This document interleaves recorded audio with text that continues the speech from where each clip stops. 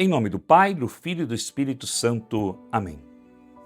Abramos o nosso coração para a palavra do Senhor.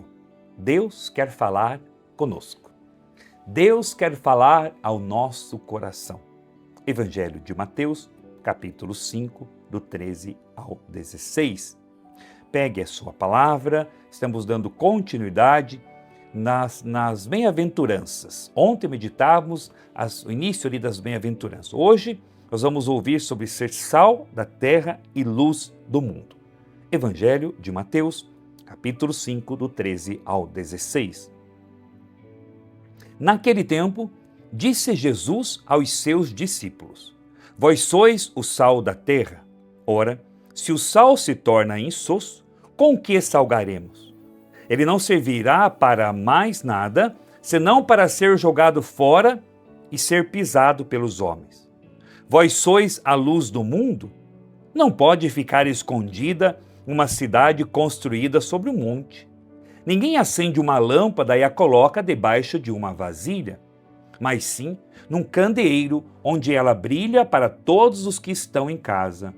Assim também brilha a vossa luz diante dos homens, para que vejam as vossas boas obras e louvem o vosso Pai que está nos céus. Palavra da salvação. Glória a vós, Senhor. Que as palavras do Santo Evangelho perdoe os nossos pecados e nos conduza à vida eterna. Amém. Mateus, como já disse, capítulo 5, do 13 ao 16. Vós sois o sal da terra e a luz do mundo. Esse trecho vem logo após as bem-aventuranças. Jesus não está apenas ensinando uma moral, ele está revelando a identidade do discípulo. Quem vive as bem-aventuranças torna-se necessariamente sal e luz. Hoje também celebramos São José de Anchieta, um dos maiores evangelizadores do Brasil, verdadeiro exemplo de alguém que foi sal da terra e luz do mundo. No tempo de Jesus, o sal possuía 3 funções principais. Conservava os alimentos, por isso não exigia refrigeração. O sal impedia a corrupção. Então, nós podemos aprender também, vamos lá, então, por parte, né? Então, o sal, ele conservava os alimentos, o sal dava sabor e o sal purificava. O sal, então, impedia a corrupção. O cristão deve impedir a corrupção moral do mundo. Não basta fazer o mal, não basta não fazer o mal, é preciso testemunhar o bem. São João Paulo II lhe dizia que uma fé que não se torna cultura não foi plenamente acolhida. Sem sal tudo se torna insosso. Uma vida sem Deus pode ter prazer, mas não necessariamente tem sentido de vida. Por isso que muitos vivem uma vida pacata, uma vida sem sentido. Por quê? Porque talvez estão buscando preencher o vazio do coração somente nas coisas passageiras, nas coisas do mundo. Aí vão ficando vazias. Santo Agostinho, ele diz, o nosso coração está inquieto enquanto não repousa em Deus. Muitas angústias nascem exatamente dessa ausência de sentido, desta ausência do Senhor, desta ausência de Deus. Então, aqui depois, o sal frequentemente misturava-se com as impurezas e podia tornar-se inútil. E Jesus faz um alerta sério. O perigo não é o pecado, o perigo é a mediocridade espiritual. O Papa Bento XVI diz: a maior ameaça à igreja não vem de fora, mas da tibieza dos seus membros. Olha que frase forte.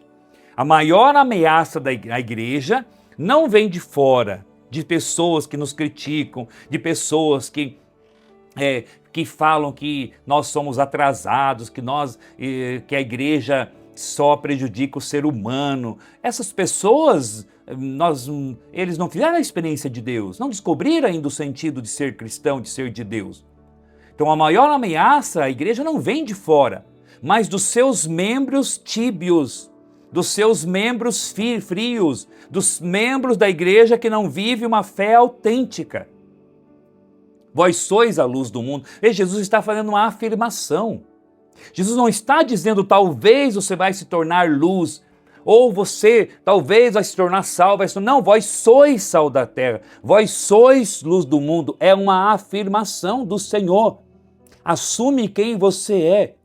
Assume que Deus habita a sua alma, que o Espírito Santo habita em você pela graça do sacramento do batismo, e que o Senhor está no seu coração, no seu interior.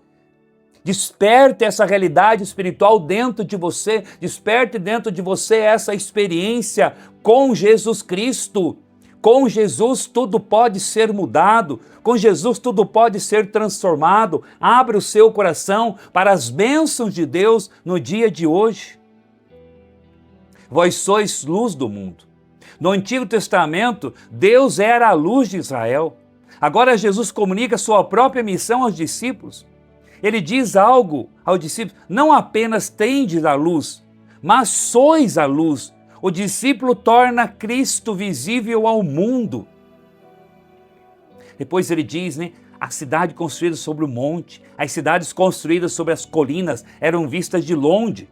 Jesus afirma: a fé não foi feita para ficar escondida.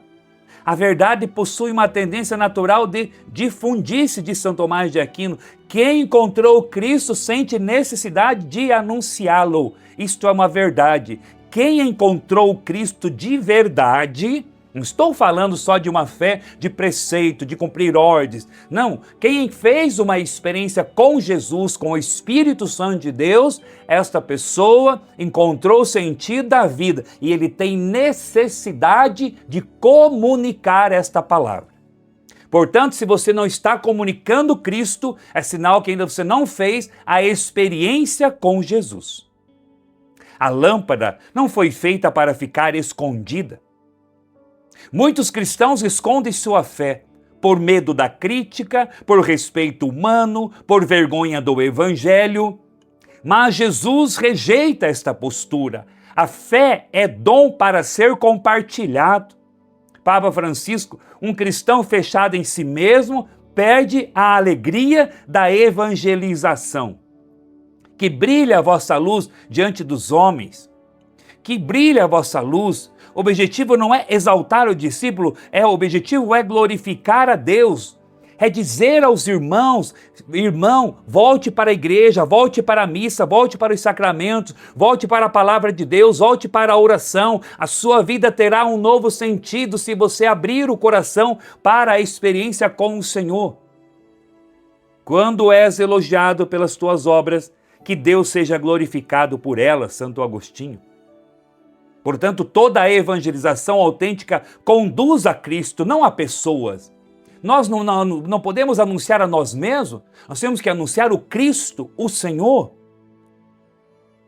São José de Anchieta, que celebramos hoje, chegou ao Brasil jovem, enfrentou doenças, perigos, perseguições e enormes dificuldades. Mesmo assim, tornou-se sal da terra e luz do mundo. Ele evangelizou os indígenas, escreveu catecismos, ensinou a fé e ajudou a construir os alicerces da igreja em nossa terra. Sua vida nos ensina que o sal precisa misturar-se à realidade para transformá-la. A luz precisa gastar-se para iluminar. Anchieta não ficou protegido em uma sacristia. Foi missionário, foi presença, foi testemunha. Uma das maiores crises atuais é a busca por aprovação. Muitas pessoas vivem perguntando: o que os outros pensam de mim? Serei aceito? Jesus faz a pergunta inversa: qual diferença sua presença faz no ambiente onde você está? Qual diferença você tem feito com a sua vida? Não se preocupe com o que vão falar de você. Se preocupe se você está sendo autêntico, vivendo o Evangelho e sendo o sinal de Deus por onde você passa. A maturidade humana e espiritual acontece quando deixamos de buscar ser admirados e passamos a buscar a ser úteis. Se eu fosse ficar esperando ser admirado e ser elogiado o tempo todo, eu não faria a minha evangelização, eu não escreveria livros, eu não gravava homilias, porque sempre tem aquela pessoa negativa. Sempre tem a pessoa do contra que vai te criticar, mas irmão, o problema não está em você, está na pessoa que precisa fazer uma terapia, curar os seus traumas, para parar de ficar se preocupando com os outros, viver a sua vida, se preocupar com a sua caminhada, com a sua busca de santidade e se preocupar em levar o evangelho. Pare de ficar pensando no que os outros vão pensar de você ou vão falar de você. Queira ser sal, queira ser luz do mundo. O sal só cumpre sua missão quando se mistura. A luz só cumpre sua missão quando se consome. O cristão só cumpre sua vocação quando transforma o mundo pela presença de Cristo. Que hoje o Senhor nos dê a graça e devemos fazer uma reflexão. Tenho sido sal? Tenho sido luz? Ou estou me escondendo com medo das críticas? Com medo de levar a mensagem do Senhor às pessoas que precisam? Que Deus te abençoe, te guarde e te ilumine. Em nome do Pai, Filho e Espírito Santo. Amém.